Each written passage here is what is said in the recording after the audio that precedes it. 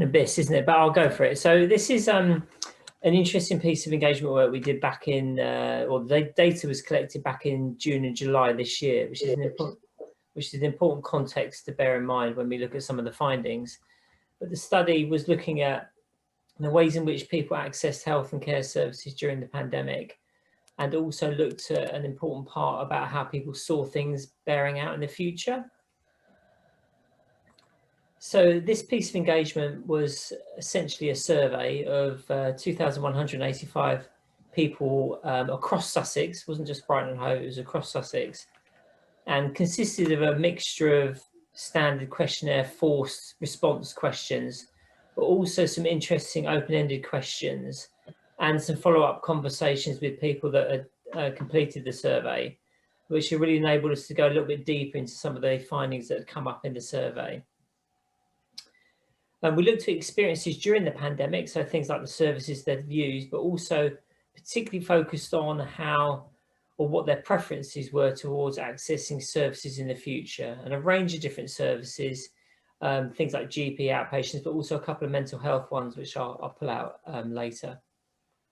And the data was analysed sort of in standard fashion, really looking at headline frequencies, but also we did some subgroup analysis looking at the differences by age, gender, sexual orientation, disability, and ethnicity. Disability one was particularly interesting because we broke that down further into those that reported in their own description little disability and those that were affected a lot. And that some of those findings will come out as we progress. So straight into the headline findings. I think one of the striking findings for us was that 37% had delayed appointments despite having had an evident health or social care need. They'd chosen to delay these appointments during the pandemic, mostly due to either their condition they didn't think was serious enough, but also some other concerns around they were either shielding or they didn't want to catch coronavirus. Some didn't even think the NHS was open to seeing people for things like GP appointments, etc. And what was even more interesting in some ways was that people with disabilities we found were 4 times more likely to delay appointments, independent of their age, gender, ethnicity, and sexual orientation. So that's a particularly significant finding because we controlled for these other factors around age, gender, ethnicity, and sexual orientation. In terms of the appointments that had occurred during the time in which the data were collected, and I say that point because we would imagine if we did the survey now, these percentages would actually be higher than they are at the moment. But we found that 63% had had some form of phone appointment, and then you can see a lower percentage had online, and an even lower percentage had video, and 35% had had some form of face-to-face interaction. Obviously, people could have had more than one type of appointment, so that's why they don't add up to 100%. But what was interesting as well was that there was a high level of satisfaction for appointments by type of contact across the board. So whether they had a phone appointment, online or video appointment, there was a generally high level of satisfaction. I've just picked out one here with phone satisfaction where 80% were satisfied or very satisfied with these phone appointments. That's particularly significant because I think if we go right back to the first finding about the people that are delayed appointments, it does suggest that if they've been encouraged or felt as if they could go through with a remote appointment, then the likelihood is they may well be as equally satisfied as these other people that had had such an appointment. Okay, so these are for me the most interesting findings because it starts to look at people's preferences towards the future. The question actually asked them in literal sense, think about life after the pandemic, which back in June and July, I didn't think it would be that long, but life after the pandemic, think about, and we asked them whether they'd be happy, that was the actual word we used, to have a GP appointment in this first instance by phone, video, online, and not happy for any remote. In other words, not happy for phone, video, online, pretty well assumed to be face-to-face. I picked out these first two because they're the most common type of appointments. And you can see, looking at the GP, there's a high percentage of people that were happy to have a phone appointment, but about 1 in 5 were not happy for any form of remote appointment. And less interest really or slightly less interest for video appointments and even less interest for online appointments.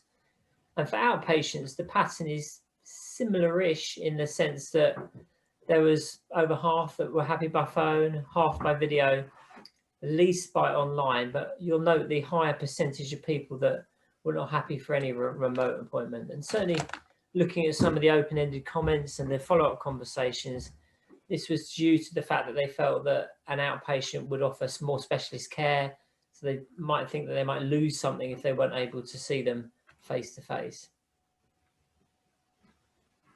Okay, so, and these are two findings which I pulled out particularly for this presentation. Bear in mind that we looked at 15 different services, so I couldn't present them all here, but there are two here that are particularly relevant here for this session. So the first one was looking at sort of general emotional mental health support, including counselling and therapy. And the second one was more specialist care, I think, looking at long-standing and serious mental health conditions.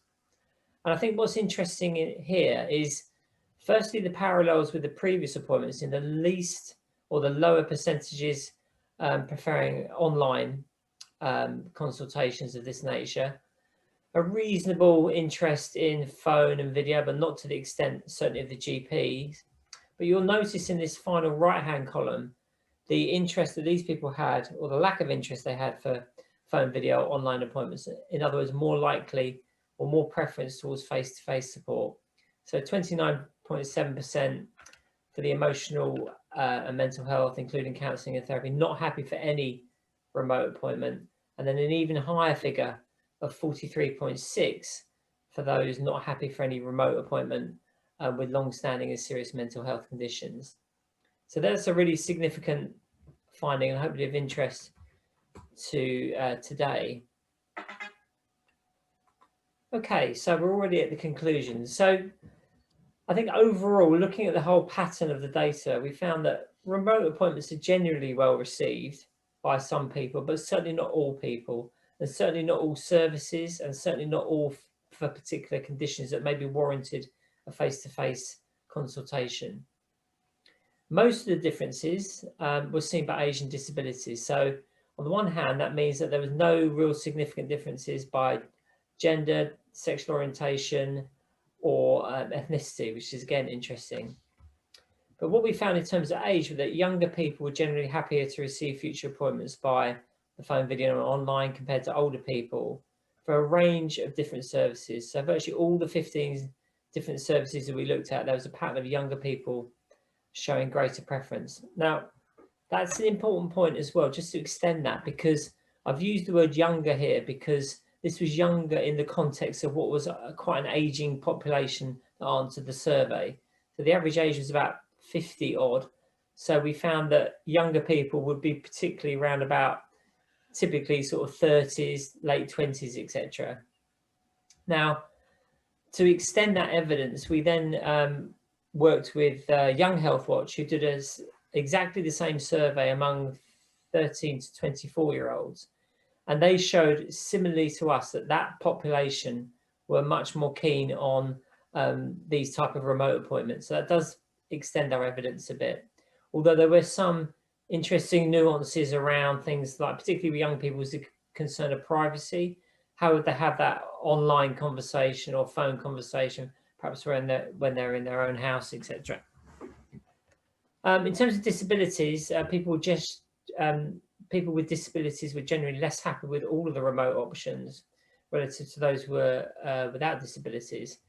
And it was especially more extreme for those affected a lot by their disability. So they were the least likely to want any form of remote appointment. In terms of the disability, it's also worth saying that for this presentation, we only, of the 2,185, we only received, I think, about 150 people that had described themselves as having a mental health condition. So it was quite difficult then to sort of break the data down any further than that in the way that I've done for the overall area of disability. Okay, so what does it mean for decision makers? Well, this is the final slide. So this is part of a much bigger document which we're using to flag some of our implications and recommendations. But I picked out three here today. First of all, is the element of choice of appointments. So people were very keen on having a choice of phone, video, online, or face-to-face. And invariably, this choice was not given. In fact, I don't think we found hardly anyone who had the option of a phone or video online. It was more than likely stated that that's the appointment they would have. Bless you. And then the second point here is, I think with what I said earlier about the remote appointments generally favourable, but not certain or not the case for everyone, then I think that does support the idea of this hybrid model or blended approach of partially remote and partially face-to-face of health and care provision. And just to say that this term remote, it's worth saying that when I mean remote, I don't necessarily just mean digital, because for a lot of people, they were using landline phones as a form of remote consultation as well. And then the final point does indicate some of the work we're taking forward. And obviously this blended approach or hybrid model does depend on people having access to digital solutions for health and care provision. And given that this was an online survey, the actual element of digital exclusion would be probably far underestimated, because those people that were excluded probably wouldn't be able to fill out this survey. So that's worth bearing in mind. So on the back of that is the need to reduce digital exclusion. And the first part of that would be to map out what is going on, perhaps nationally, but also particularly important what's going on in Brighton and Hove locally. And that's been the impetus for a briefing paper, which I'm just sort of partway through doing at the moment, looking at what is the level of digital exclusion in Brighton, how do we measure that, what are the efforts that are being done to reduce digital exclusion, etc. Yeah, and that concludes where we are at the moment. So it does lead on to some ongoing work. Thank you. Okay, thank you very much, Lester. And my apologies, folks. I seem to have quite a lot of tech issues this morning. But if we could lead now into our second presentation and go to Beth.